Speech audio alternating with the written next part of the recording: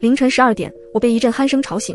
迷迷糊糊中，我习惯地以为那是我的男友，却突然想到我们刚刚吵完架，今晚没有来陪我。我吓得直接坐起来。那鼾声戛然而止，我立即开灯。我住的是单间，20平的房子一览无余，不见任何人影。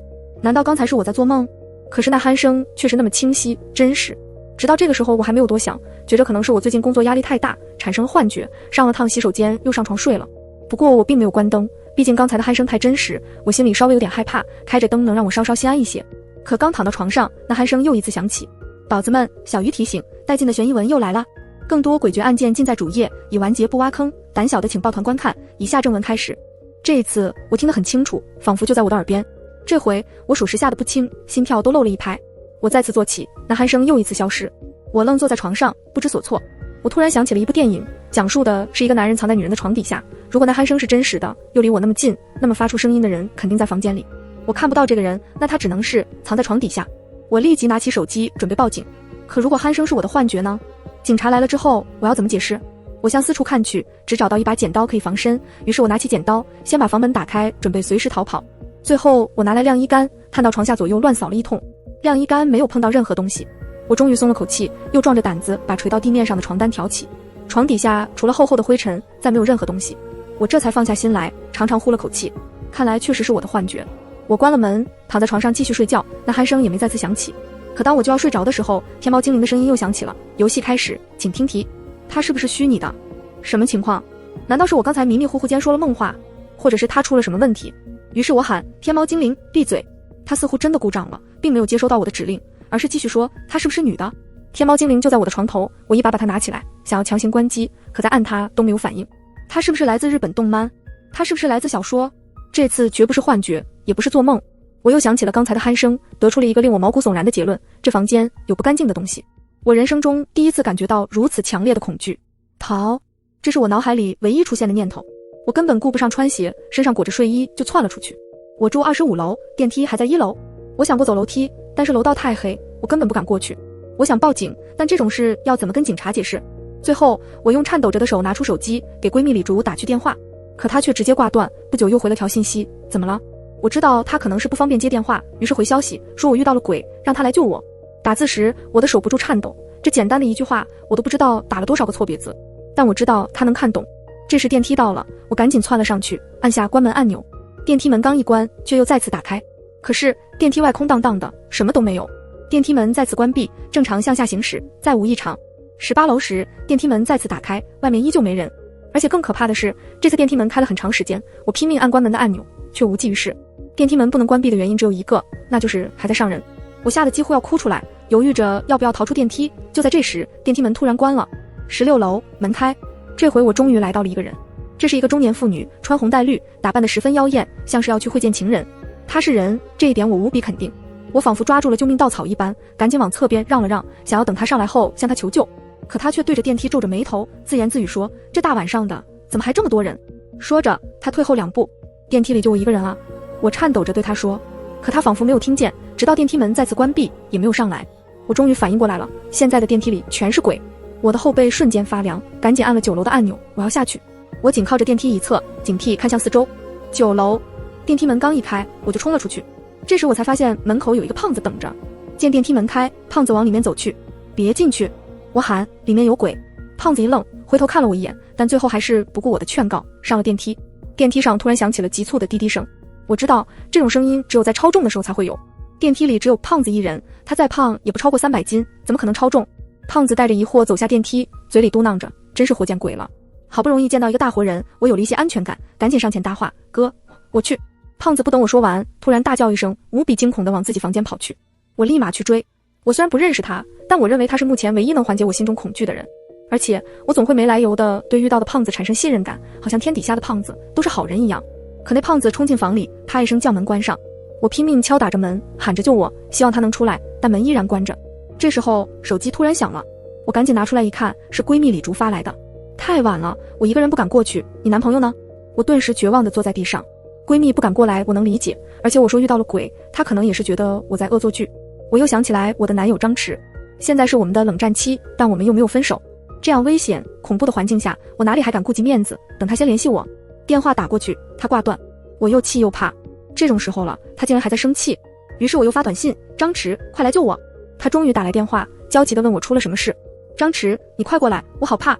张弛安慰我说，你不要怕，世界上没有鬼，都是自己吓自己，我马上就来，你先找个安全的地方躲一躲。我问，你得多久？1个小时吧，我离得很远。1个小时？我颤抖着说，1个小时我都被吓死了。那我马上报警，你等会。电话挂断，张弛的声音消失，我再次陷入恐慌。不对，张弛刚才为什么会说世界上没有鬼？我自始至终都没向他说过我遇到鬼了。难道说这一切是张弛为了报复我而搞的鬼？他是学计算机技术出身，听说曾经还攻破过什么特别厉害的网站。我想以他的能力让天猫精灵发疯，让电梯故障，应该不是问题吧。想到这里，又想到刚才自己被吓得那么狼狈，我心里的火腾一下就上来了。这时张弛打来电话，接通后我张口就骂，你是不是有病？不就是吵架吗？你至于用这样吓我？我能想到此时电话那头的张弛正笑得前仰后合，我更加生气。可是张弛却茫然说，你怎么了？我又怎么惹你了？我的天猫精灵还有电梯是不是你弄的？什么意思？不是，你冷静冷静，警察10分钟内就到了。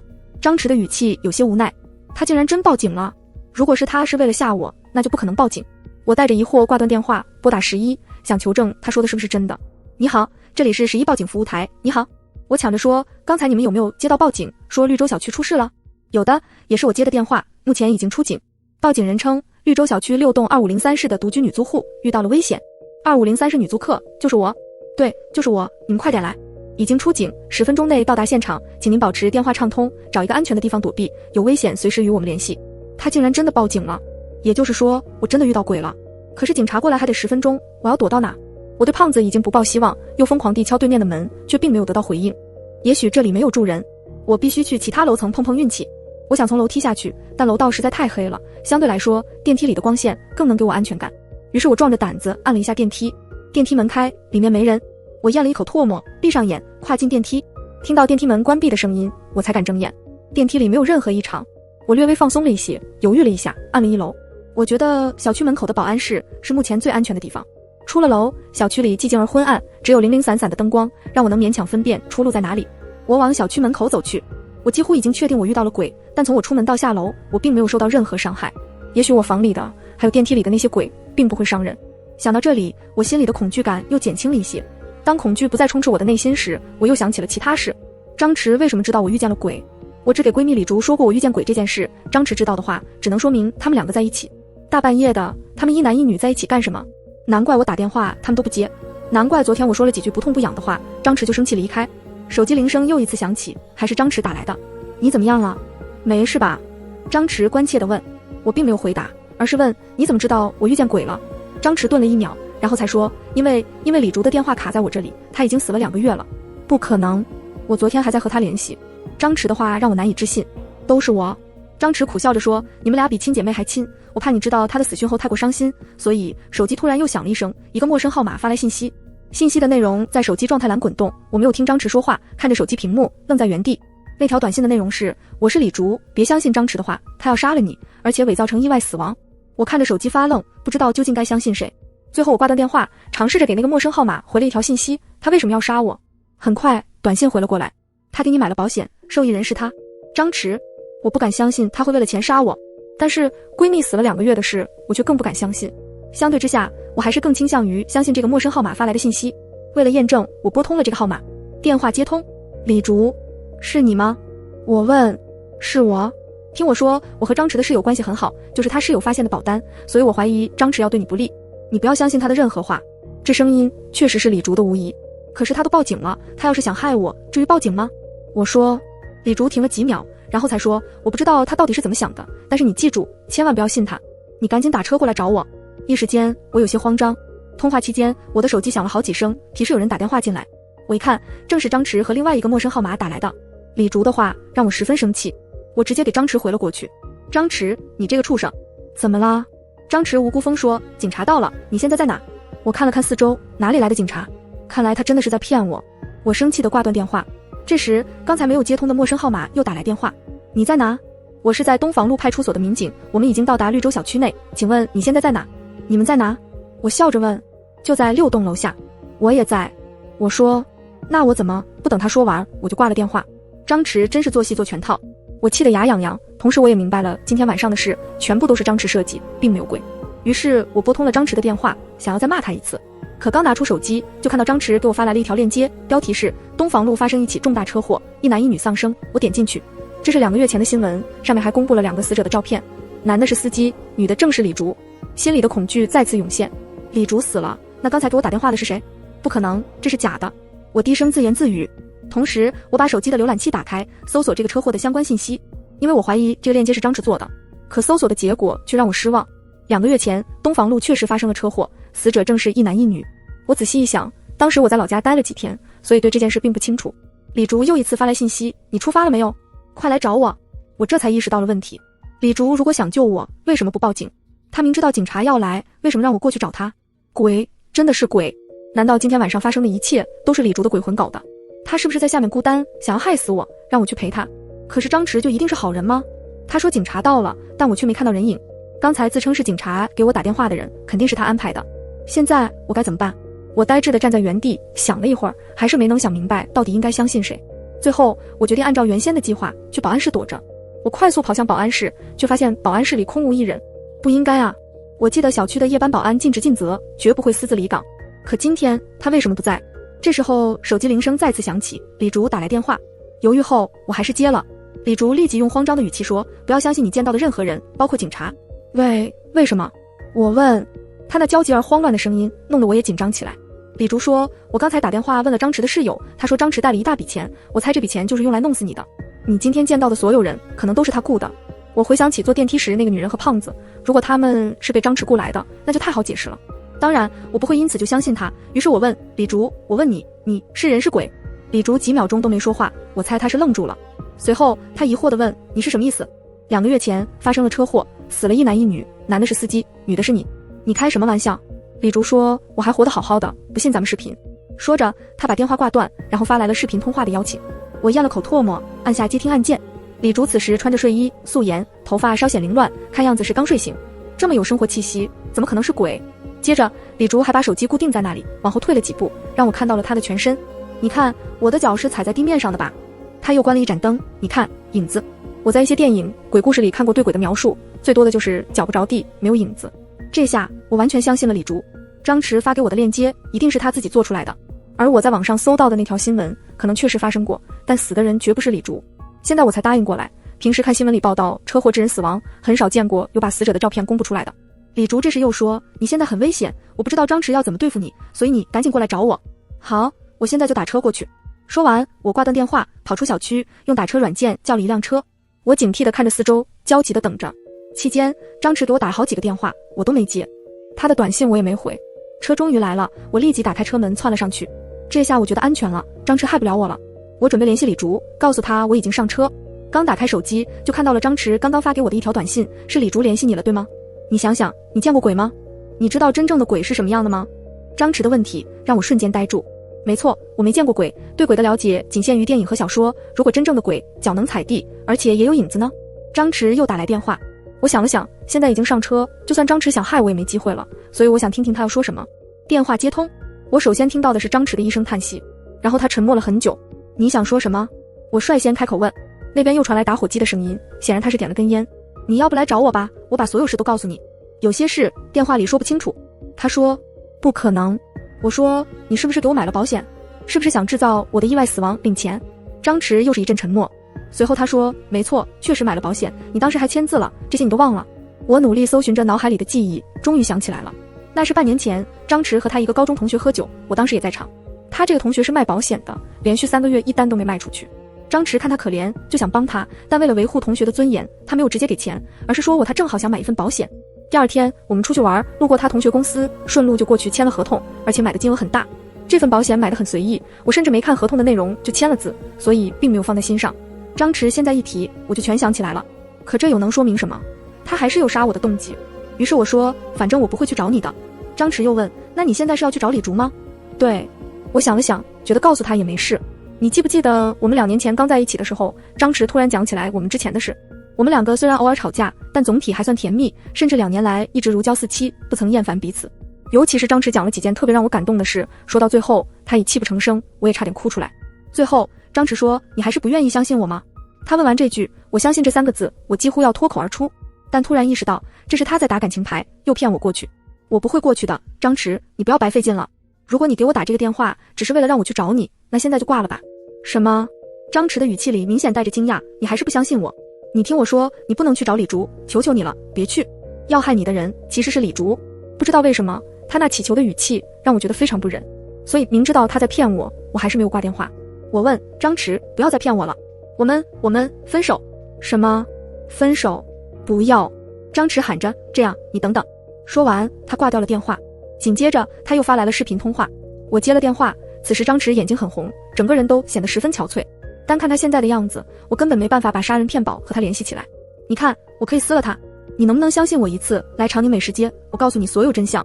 有些事电话里根本说不清楚。他把保险合同清清楚楚的在摄像头前展示了一番，然后毫不犹豫地撕了。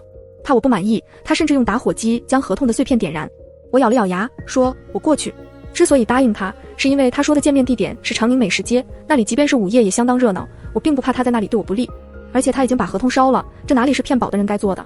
当然，选择去见他，最重要的一点是他之前讲了我们之间的点点滴滴。我知道我是爱他的，我觉得应该给他一个解释的机会。如果他也爱我，而且真的不是想骗保，那我今晚这么不相信他，他该有多难受？我笑了笑，原来我也是感情动物。长宁美食街，不知道为什么，原本热闹的美食街今天竟然只有零星几个人路过，显得十分冷清。我瞬间觉得有些慌了，想要赶紧离开。可这时我看到张弛正呆呆地坐在美食街外的地上，他的模样很虚弱，似乎是得了什么大病。这才一天没见，他怎么就变成了这样？我没有靠近，远远喊了一声，张弛，我来了。张弛没有任何反应，我又加大声音在喊，他还是没听见。我觉得奇怪，又掏出手机给他发了一条信息，告诉他我已经到了。张弛看到消息，原本显得虚弱无力的他突然激动起来，探头四处张望，却好像并没有发现我。我向他挥了挥手，他仍然没看见。你来了吗？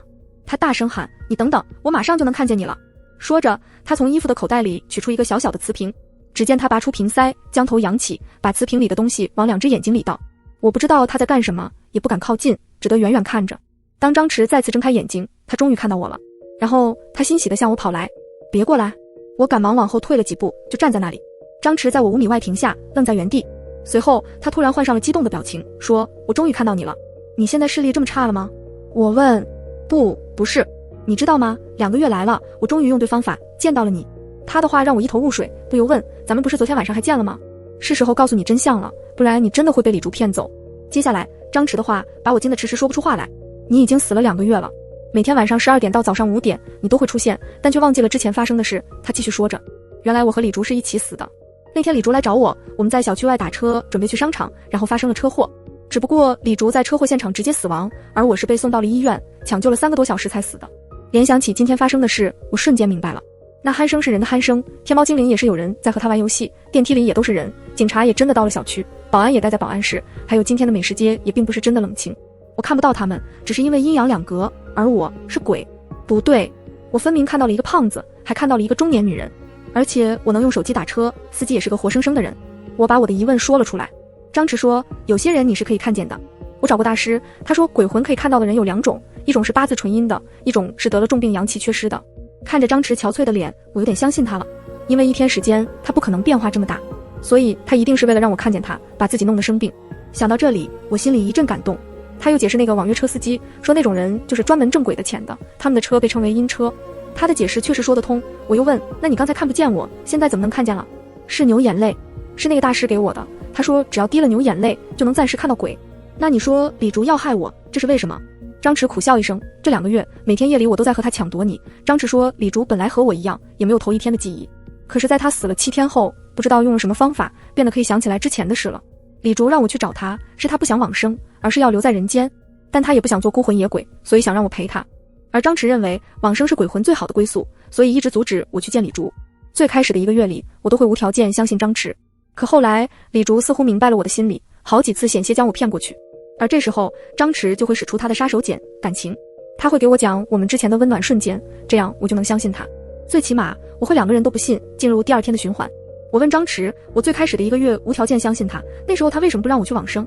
张弛的话让我十分感动，他不想让我离开，可是李竹越来越会骗我，所以张弛只能让我往生。他问大师要来了牛眼泪，只为叫我最后一面。说到这里，张弛已经觉得全身颤抖，他缓缓向我走来，我没有躲，他一把抱住可我感觉到他的身体很热，热得有些发烫，即便是高烧，这种温度也绝不是正常人的，这更让我坚信我已经死了。因为他的身体烫，只能说明我的身体太冷，只有鬼才会这么冷。可我一时间还是很难接受我已经死了的事实。而张弛似乎也理解我的心情，坐在一旁一句话也不说。就这样，我们坐了很久很久。张弛掏出手机看了一眼，突然说：“已经4点了，再过1个小时，你就会忘了今天晚上发生的事，所以我们的时间不多了。”你是什么意思？我问。张弛说：“现在我就送你去往生，1个小时的时间完全来得及。”我想了想，最后点头。张弛把我带上他的车，40多分钟后，我们来到了城西郊外一处断崖前，他把车停下。这是哪？我问。那位大师说：“这里就是通往幽冥地府的地方，只要你跳下去就能往生。”我点了点头，恋恋不舍地看了张弛一眼，来到断崖前。再见了，张弛。我说。张弛落下眼泪，说：“快跳吧，时间不多了，马上就5点了。”我转过身去，向断崖下看去，可断崖太深，下面黑洞洞的，什么都看不见。我又转头，想最后对张弛说一声“我爱你”，但是我却发现了他正在诡异的微笑。他先在车旁，车头正对着我的方向。我突然想起来，他的同学是保险公司的，即便没了合同，再打印一份让他同学帮忙盖了章就行。即便没有合同，能提供发票，且保险公司有记录，恐怕也不影响赔偿。我又想到了其他事，如果我已经去世2个月，张弛为什么还把合同保存着？为什么不拿着合同去领钱？还有，他为什么把车头正对着我要跳下去的方向？那是因为车上装有行车记录仪，能拍到我是自己跳下去的。想到这里，我只觉得脊背发凉。如果张弛是在骗我，那我跳下去岂不是要活活摔死？怎么了？为什么不跳？张弛问。我看着他，冷声问：“我到底是人是鬼？”问完，我死死盯着张弛的脸，想从他的表情变化上捕捉到一些信息。可他却没有丝毫慌乱，温柔地看着我说：“我知道你接受不了这个事实，没关系的，明天我让你早点过来。”他没有骗我。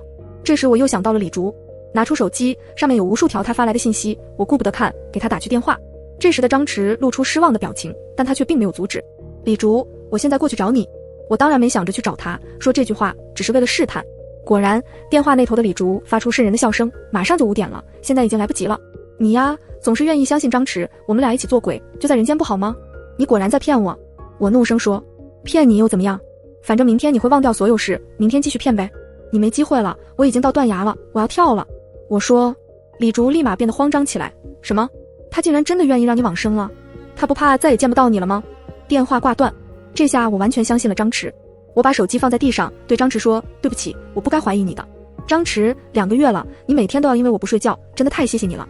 手机你留着吧，上面有很多我的自拍照。”张弛点头。